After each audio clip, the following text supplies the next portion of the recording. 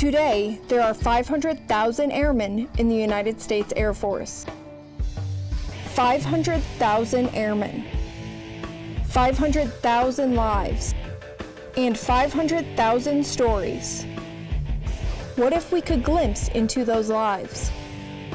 What if we could hear those stories? Now we can. This is Storytellers. I'm Daniel Scott DeWint. Major Ahab E. Brown, Jr. Technical Sergeant Robert Gutierrez, Jr. And this is my story.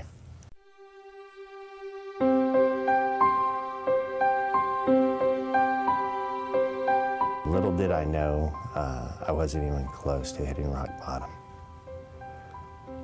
A couple weeks later, on April 1st, my daughter was abducted.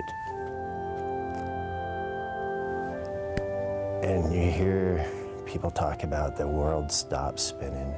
And if you just think about that for a minute, the violence and the chaos, if something was just to stop the world in an instant, the ocean shifting, buildings collapsing, that's pretty much the best analogy I can give to explain how I felt.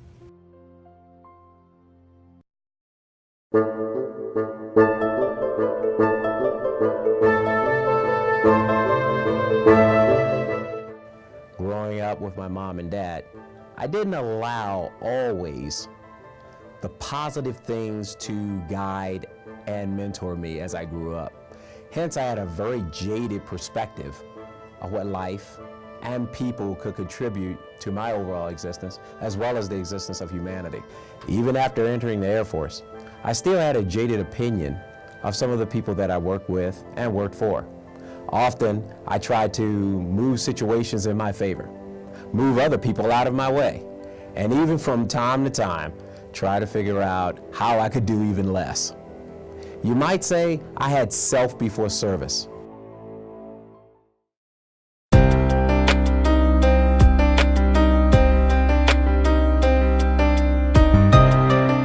And at that point, all I remember is just taking the enemy shot, enemy fighter goes down, and I kind of felt like a big thump in my arm. Was trying to get my wits and figure something was going on because I didn't feel right. Stayed in the fight as much as I could. At that point, I just kind of had like an overwhelming feeling, so it really just took over. So what happened was I just kind of fell to my knees. I was going to call for my medic to help me out. Unfortunately, when I did that, though, I just had a huge amount of blood come out my mouth, and I understood that it was coming out my nose. I couldn't breathe, I couldn't talk. I was gargling my own blood, basically, at that point. We've got multiple wounded, including myself.